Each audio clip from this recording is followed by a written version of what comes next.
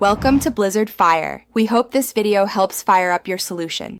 In this video, I will show how to make Moringa Bhaji easy method. Start by washing moringa leaves, removing stems, and chopping leaves finely. Heat oil, add mustard seeds and curry leaves until they pop, then sauté onions and chilies until soft.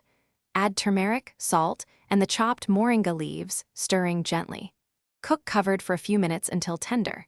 Finish with a squeeze of lemon and serve warm with rice or roti.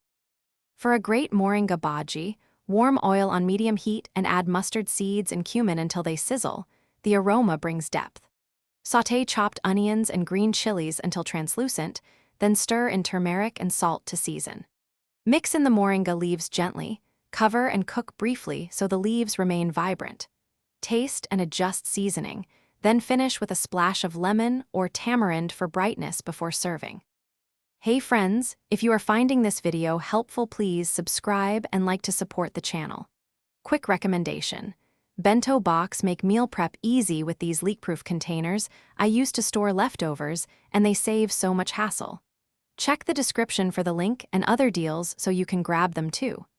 Thanks for watching and supporting the channel. Now let's get back to the video.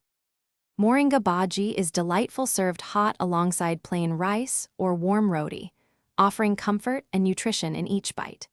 Garnish with freshly grated coconut or chopped cilantro to add texture and a pop of color that complements the greens. Leftovers keep well when stored in an airtight container in the fridge for up to 3 days, and you can gently reheat on the stove to preserve texture and flavor before serving again. Thanks for watching. If you found this helpful, don't forget to like and subscribe.